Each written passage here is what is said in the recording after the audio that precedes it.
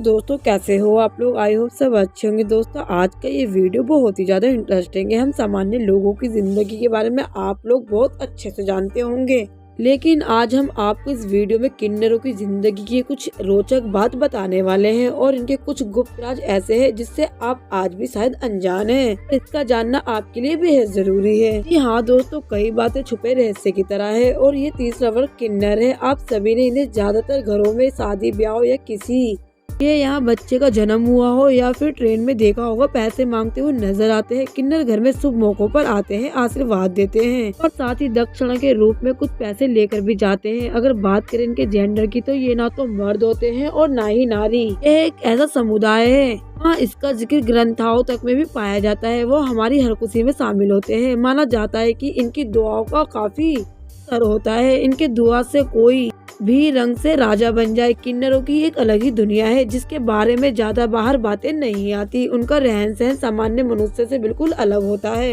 ये आज का ये वीडियो हम लेकर आए हैं जिससे आपको इन किन्नरों की जिंदगी से जुड़े रहस्यमय और रोचक बातें बताएंगे, या फिर इनका जन्म कैसे होता है और क्यों कोई भी पैसे मांगने पर किन्नर को पैसे देने से इनकार नहीं करता। तो चलिए दोस्तों वीडियो को शुरू करते हैं। वीडियो शुरू करने से पहले हमारी आपसे एक छोटी सी रिक्वेस्ट है, हमारी वीडियो को अंत तक जरूर देखिए। दोस्तों इन्हें किन्नर या हिजड़ा भी कहा जाता है। हिजड़ा उर्दू शब्द है और किन्नर हिंदी शब्द है। शायद आपको ये ना पता हो। किन्नर एक जाति का नाम भी है जो हिमालय के कन्नौर देश में रहते हैं और उनकी भाषा कन्नौरी है। ऐसे में इन जाति को लेकर कोई विवाद उत्पन्न ना हो, इसलिए सरकार एवं सामाजिक संगठनों ने किन्नरों को थर्ड जेंडर यानी कि तीसरा लिंग कहने की आवश्यकता महसूस की। अब देश में मौजूद 50 लाख से भी ज्यादा किन्नर बिरादरी को तीसरे दर्जे में शामिल कर लिया गया है। आपने इस हक के लिए किन्नर वर्षों से लड़ाई लड़ रहे थे। 1871 से पहले तक भारत में किन्नरों को ट्रांसजेंडर का अधिकार मिला हुआ था, मगर 1871 में अंग्रेजों ने किन्नरों को क्रिमिनल राइट्स यानी कि जयराम पैसा जैसी जनजाति की श्रेणी में डाल दिया था। बाद में जब आजाद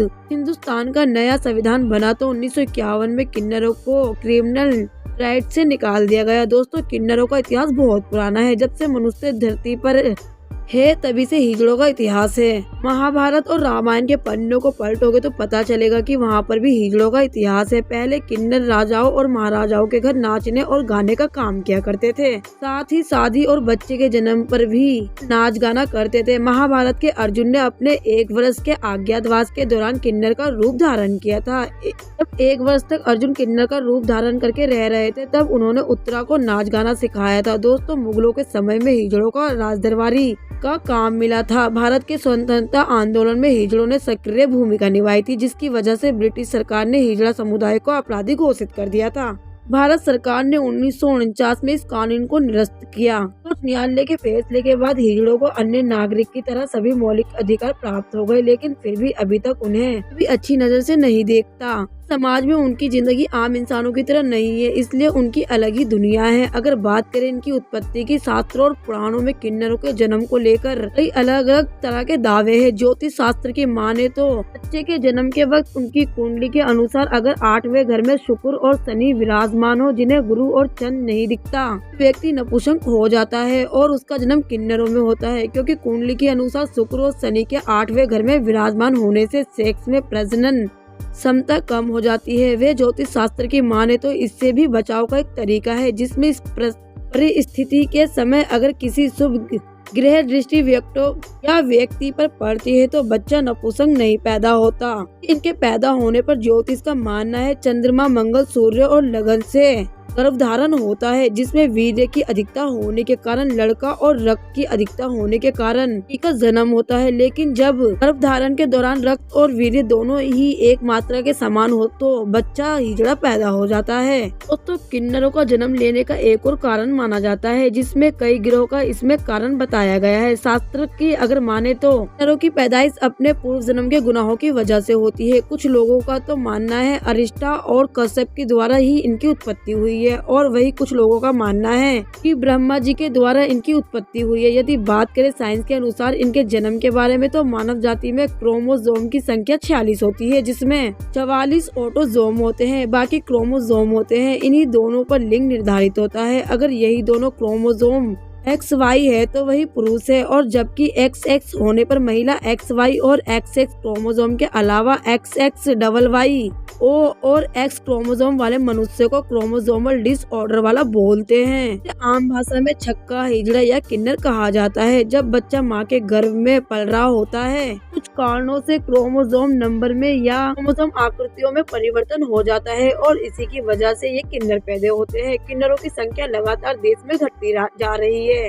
ये मेडिकल साइंस पता कर लेता है कि माँ के गर्भ में पलने वाला बच्चा किन्नर तो नहीं है। अगर होता तो उसे गर्भ में ही मार दिया जाता है, जिसे मेडिकल टर्मिनेशन प्रेगनेंसी बोलते हैं। किन्नर अथवा हिजड़ा समुदाय में किसी भी आदमी को भेजने से पहले उन्हें के कुछ रीति रिवाजों का पालन किया जाता है। उन रीति रिवाजों को पूरा होने पर कोई नया व्यक्ति उनके समुदाय में जा सकता है। वैसे भारत जैसे देश में हर साल किन्नरों की संख्या में 40 से 50 हजार की वृद्धि होती है, लेकिन किन्नरों की कुल संख्या 90% ऐसे हैं जो जन्म से किन्नर नहीं है, बल्कि उन्हें किन्नर बनाया गया है। असल समाज में वे ऐसे लड़कों की तलाश में रहते हैं जिनके चाल ढाल कुछ लड़कियों की तरह हो, और उसके बाद उन्हें फिर बहलाया फुसलाया जाता है, जिन्हें वो ऐसा महसूस करवाते हैं कि वे दूसरे लोगों से भिन्न हैं। जब वे बाद में उनके समाज में जुड़ने के लिए तैयार हो जाते हैं, उसके बाद उनके बॉडी के पर्सनल पार्ट को काट दिया जाता है जिससे ये लड़के ना रह सके।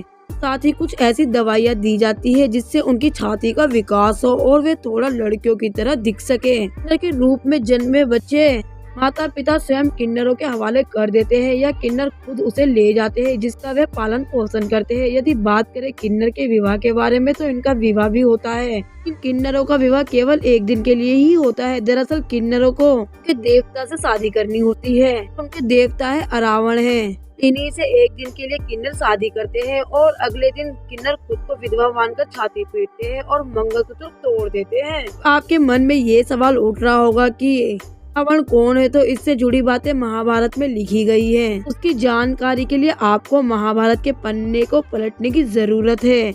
और दोस्तों, किसी किन्नर की मौत होने पर किन्नर मातम नहीं मनाते बल्कि खुशी मनाते हैं। यहाँ ऐसी मान्यता है कि किन्नर की मृत्यु होने से उन्हें नरक समान जीवन से मुक्ति मिल चुकी है, कि उनके लिए ये जीवन नरक है समान ही होता है। आपने कई इंसानों की यात्रा देखी होगी, लेकिन क्या आपने किन्नरों की शव यात्रा देखी है? शायद आपका जवाब होगा नहीं, पर आखिर ऐसा क्यों? लोग भी इसी दुनिया में रहते हैं, आखिर वे भी तो मरते होंगे, तो फिर उनकी लाश कहाँ गायब हो जाती है? तो चलिए उसके बारे में भी आपको बताते हैं। उससे पहले वीडियो के साथ बने रहिए, और वीडियो अच्छी लग रही है तो वीडियो को लाइक जरूर कर दीजिएगा। दरअसल किन्नरों का अंतिम संस्कार बहुत गुप्त तरीके से किया जाता है। इनकी ये मान्यता है कि अगर किसी न किसी ने किन्नर के शव को देख लिया तो अगले जन्म में इसे फिर से किन्नर बनना होगा। इसलिए किन्नरों की शव यात्रा में निकाली जाती है, और शायद ही उनकी शव यात्रा को कोई देख पाता है। ये लाश को जलाते नहीं है बल्कि दफना देते हैं। किन्नर के मौत के होने पर शव को जूते और चप्पलों से पीटा जाता है, और ये भी इनकी परंपरा है। तो शायद पता ना हो,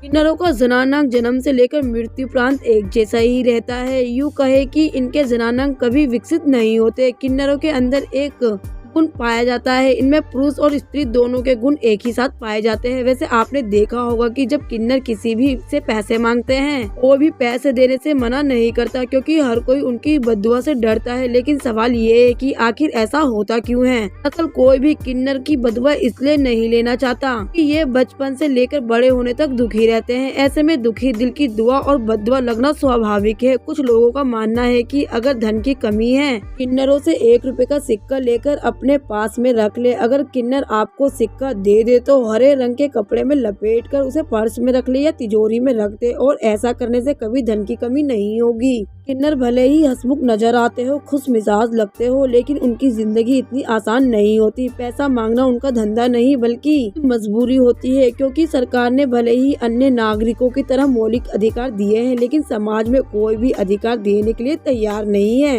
इसलिए इन्हें कोई भी घर में काम नहीं देता, जिसकी वजह से ये अपना गुजारा करने के लिए बस स्टैंड, रेलवे स्टेशन पे या फिर किसी के घर में उनके फंक्शन में शामिल होकर पैसा मांगने चले जाते हैं। हम आम लोग ही उन्हें ऐसा करने के लिए मजबूर करते हैं। समाज में हर किसी को समझने की जरूरत है। इनका ऐसा होना इनका खुद का कसूर नहीं है और इसलिए इन्हें कसूरदार महसूस ना करवाए और अन्य लोगों की तरह इन्हें समाज में हक देने की कोशिश करे, ताकि भी किन्नर अपनी जिंदगी को नर्क के समान ना समझे। तो दोस्तों वीडियो को यहीं पर एंड करते हैं। उम्मीद करते हैं आज आपको ये वीडियो पसंद आई होगी। तो वीडियो को लाइक शेयर करना ना भूले और साथ ही हमारे चैनल को सब्सक्राइब कर दे। धन्यवाद।